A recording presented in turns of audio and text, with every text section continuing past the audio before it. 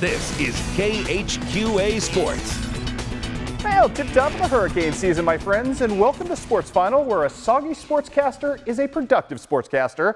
And that we are, for the remnants of Hurricane Isaac have both blessed us and cursed us tonight. Ross Green will be alongside in just a second. But weather aside, week 2 on the schedule offered up some of the most intriguing matchups of the early season, as long as they went off okay, including a rekindling of the Macon-South Shelby blood feud and a moment of truth tonight. We had hoped for the Jacksonville Crimsons against their frequent tormentors from Chatham-Glenwood. More on that in a second. And yes, of course, Quincy High versus Hannibal topping them all tonight. But first, a quick order of college business tonight as Quincy University opens the Tom Pagic era on a bit of a rough note tonight. The Hawks go on the road to Michigan, and they end up losing tonight by the final count in this one of 54-31. It was 31-10 at one point. Good second half for the Hawks offensively, just not enough to get it done as the Tom Pagic era opens with a loss, 54-31. Now we take you to America's hometown where umbrellas, well, they were the accessory of the night, the accoutrement, if you will. I feel a little like the Jim Cantori of sports tonight.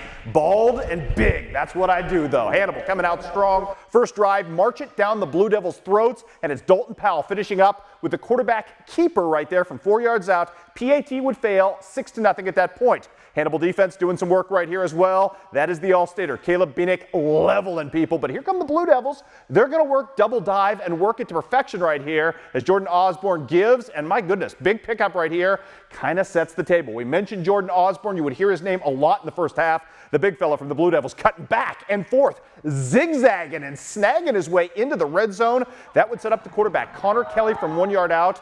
Oh, more on him in a second. First, great stuff right there from Elijah Harrison, snuffing out an attempted Quincy High touchdown drive. But here it is, Connor Kelly getting a big push from Ian Jones, from Jacob Paul, from Clay Finkley, all those guys on the offensive line, gritting it in. 7-6, Quincy High at that point as the PAT would go. Eventually, you see Connor Kelly come out of the pile, emerging with the touchdown. Good stuff for the Blue Devils at that point as they hold a 7-6 lead. The rest of the first half, all about the Blue Devils. Play of the week, it's the Statue of Liberty play. Holy cow, we never see that, and it works to perfection as Malik Robbins goes in from 28 yards out. The 2-point conversion, courtesy of the big fella right here, Seth Holschlag, the super sophomore, at that point made it 15-6. More to come from Quincy High in the first half. Look at this, Jordan Osborne again, breaking away from everybody. Beautiful stuff right there. The lead is extended.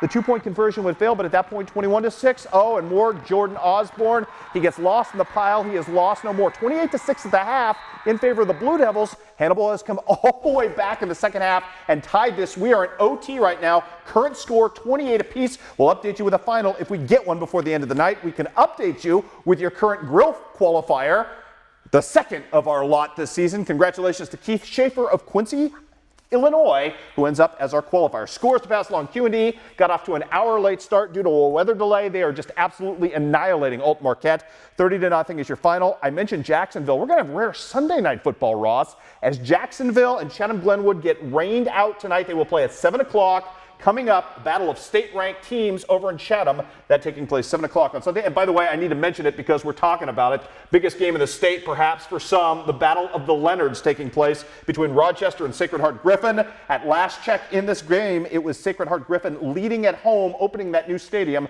29-26 is your score. Ross Green, you're up. A lot of good games over that way, but a very good one in Macomb tonight as well. All defense in the second half in this one. You saw Nick Severs and company trotting out. They led by 1 at the half. Check out this return by Austin Allen. He's going to break it out towards the sideline after a couple fakes there. Vicious hit coming up here by Alex Appel. Enter left. My goodness, he drills Austin right there. But they were both okay. Very nice hit as Macomb got back on offense, but they would have to give up the ball very quickly. And then Illini West tried to go to that running game, but there you see Nick Severs, the future Iowa State Cyclone, breaking through for a big tackle behind the line there. Macomb forced a punt, but again, wet field conditions, all sorts of fumbles tonight. They fall on it on a 4th down, so Illini West takes over with very good field position. Chance to take the lead, squirts loose again. Macomb recovers. That was Jacob Moon falling on it, and this one, no scoring in the second half as it was 7-6. Macomb, your winner tonight over Illini West. Let's go ahead and pick it up with West Hancock and Monmouth Roseville. You saw West Hancock coming off that big win last week against the Missouri Military Academy, but it was Monroe scoring first, as you saw there. Here is a sensational 7-worthy play. Corey Dorothy lobs it up and almost at the shoestrings there. Beautiful catch in the end zone. It's Austin Hardy again. Go Absolutely. figure. Austin Hardy able to pull it in, but unfortunately for West Hancock, they fall by 4 tonight. It was Monmouth Roseville winning this one by a final score of 24-20. Nice rally for them, Ross. Tomorrow we have football in Pittsfield as the Sockies will be heavy favorites against Princeton.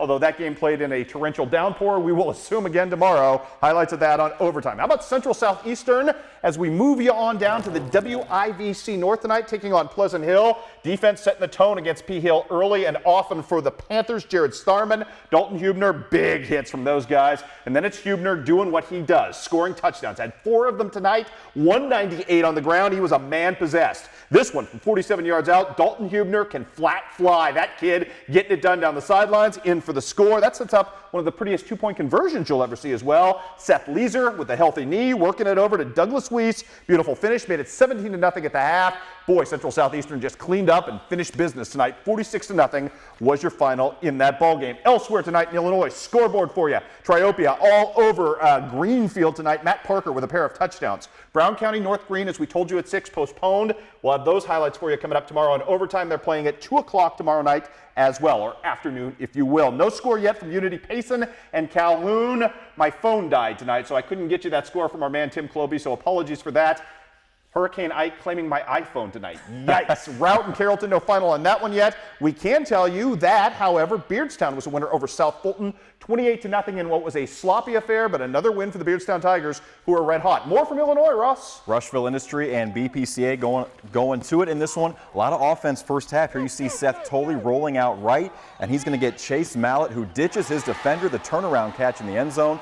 And that would make it 7-6. BPCA trailed at that point. But a big night from Cole Thurman, the big man behind the line. He's going to break it out to the left here and right towards the camera. He's going to barrel into the corner of the end zone. As I mentioned, very big night for him. Another over Rockets touchdown. I heard. 250 yards for Thurman tonight and a couple of scores as well. But BPCA comes out on top in this one. Final score was Rushville, 53-20. Trevor Roth in that Keokuk, falls to Mediapolis tonight. Final score of 49-14. All right, let's move on. Let's talk some Missouri football tonight. We take you to beautiful Shelby, SL Shelby-Macon. These two teams, these two schools, these two communities, they don't like each other much. David Haithman likes throwing, though. He finds Chris Little right here. Uh-oh, that's the wrong team, though. Nice return on the interception. Lots of defense in this game, though. Both teams. We pick it up right here. 4th down, South Shelby's own 15-yard line. West Medford going to fake a punt right here. Rob Wilt calling everything out of the playbook tonight. Look at Medford, got the call to go. This kid was the deal tonight. He's just going to rumble 15 more right there. How about some more from South Shelby, the freshman, Bryce Pfeiffer. We've heard a lot about this kid. He's been compared to Bryce Johnston. That's heavy, heavy praise. That's a big run, 32 yards worth, which sets up the game's only offensive touchdown. It would come courtesy of Wes Medford, who will score and go in. We mentioned Medford. He was important in 2 ways.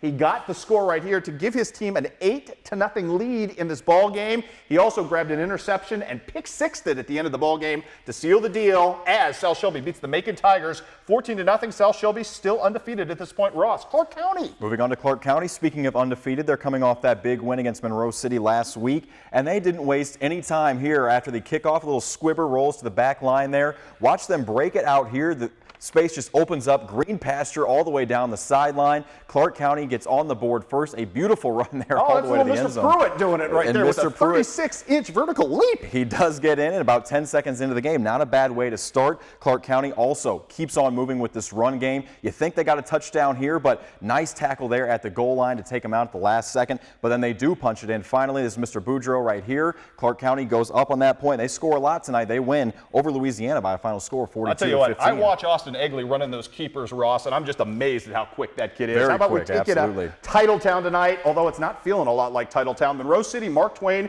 little defense to start this off. 4th and 3 right there. Look at the snuff out there by Tyler Hetherington from Monroe City, but Mark Twain about to return the favor. Casey Simmons, the all-state linebacker, doing some serious work in this one with the defense. And then it's Chad Arnold, who seems like he's been around forever. He's a good one. Monroe City 3 and out on their first possession. Second possession for Mark Twain, much more productive. It starts with Tyler Steinkamp. Oh, look at him going right there as he hastens and Walter Payton's his way to 28 yards. That's good. This is better. Casey Simmons, great linebacker. Kid's physical at quarterback. Look at him just kind of disappear into the pile. I've had enough of your meager tackle attempts. In for the score. Oh, it was all Mark Twain at last check. This game in the fourth quarter, score at last check was 28-7 in favor of Mark Twain. Major upset brewing there. We've also got Palmyra Centralia going at it as we speak. No, this game is now over. It went to overtime, though. We take you to Seatown tonight, where it was a lot of defense early on in this game. A little bit of that guy right there, though. That, my friends, is the outstanding running back, Cullen Rels, picking up big yards.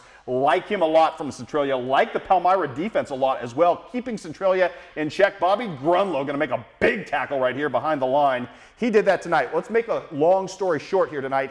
Game went to overtime tonight. That's right. Keytown forced overtime at Centralia.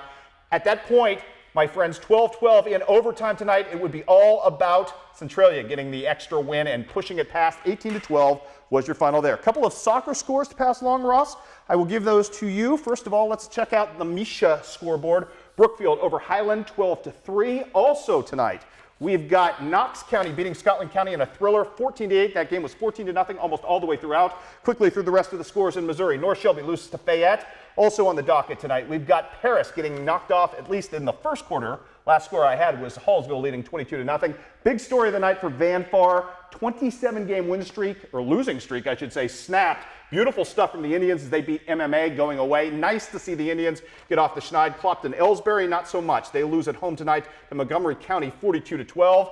Ross, you got women's soccer for me? College action, the GLVC big win for Quincy University comes off the foot of Ashley Burton. The golden goal gives them a win over number 20, Lynn, in this one. Excellent win for them. Yeah, it's a great win for Quincy University. Unfortunately, I got no phone, so I couldn't update my Twitter to check in on Hannibal as we spoke here tonight. We'll get you that final coming up tomorrow. We've got a huge overtime coming up tomorrow as well. Highlights from Illinois College opening up nationally ranked. As we mentioned, Brown County, Pittsfield tomorrow, volleyball for both the Suns Classic and the Quincy High Early Bird Classic. Yep. Soccer, if it happens tomorrow, from QND. I know Macomb was playing today. They were tied 1-1 at the half. Never got a final on that one as well, as they were taking on a good Danville team. We're all out of time, buddy. Nice job. Excellent. We'll do it again next week. See you then.